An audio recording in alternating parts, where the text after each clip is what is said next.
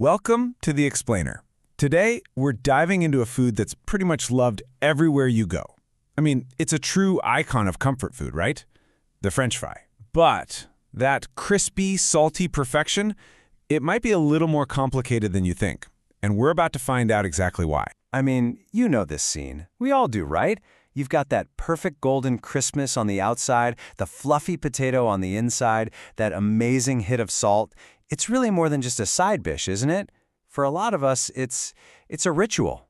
Just a little moment of pure, simple comfort in the middle of a crazy day. But you know, behind that amazing crunch, there's a conversation that we really need to have. What if that go-to comfort food comes with some serious health risks? Risks that nobody really talks about. Well, that's exactly what we're going to get into today. All right, Section 1, a mountain of fries. So, first things first, let's just get a sense of the scale here. I mean, how many fries are we actually eating? I'm going to bet the answer is going to surprise you. Okay, get ready for this. In the US alone, the average person eats around 30 pounds, that's about 13 or 14 kilos, of French fries every single year. I want you to just picture that for a second. 30 one-pound bags of fries all piled up. That's what one person, on average, is putting away annually. And look, this isn't just an American thing. Not at all. It's a huge habit all across Western Europe. We're talking the UK, Germany, France, the Netherlands, you name it. It's all fueled by that fast food culture and, let's be honest, the incredible convenience of frozen fries. They've basically become a global staple. Section 2. What makes fries different? So this all leads to the big question, right? What is it about French fries that makes them so uniquely risky? I mean, it's just a potato at the end of the day, isn't it?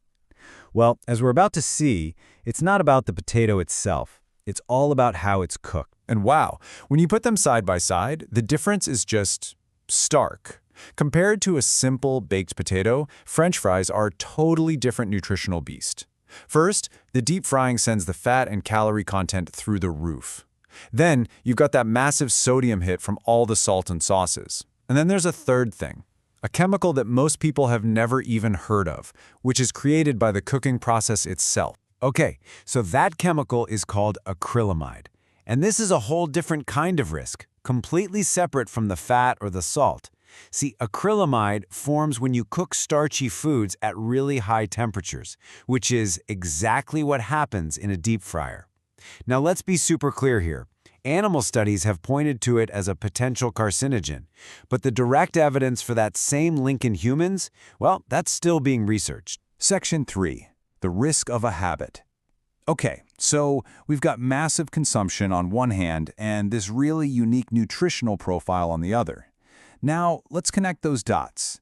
Let's talk about the actual health risks. And the key word to remember here isn't occasional, it's habit. So where's the line? You know, the tipping point? Well, research keeps pointing to a specific number, eating French fries 3 times a week or more. That really seems to be the magic number, the threshold where scientists start to see a consistent, measurable link to health problems. And what kind of problems are we talking about? Well, eating fries that often, 3 servings a week, is linked to roughly a 20% higher risk of developing type 2 diabetes. That is a huge jump. And just to hammer this point home, this risk is not coming from the potato.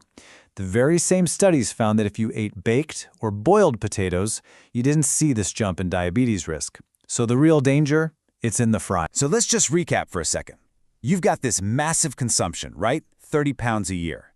You've got a specific habit, just 3 servings a week, that's tied to that nearly 20% higher diabetes risk. And on top of all of that, you have the separate, long-term worry about acrylamide. It's a combination that's also linked to bigger risks of obesity, high blood pressure, and even higher overall mortality rates. Section 4, enjoy fries more safely. Okay, I know that was a lot of heavy stuff. But look, the point of this isn't to scare you or make you swear off fries forever. Not at all. The goal here is to empower you.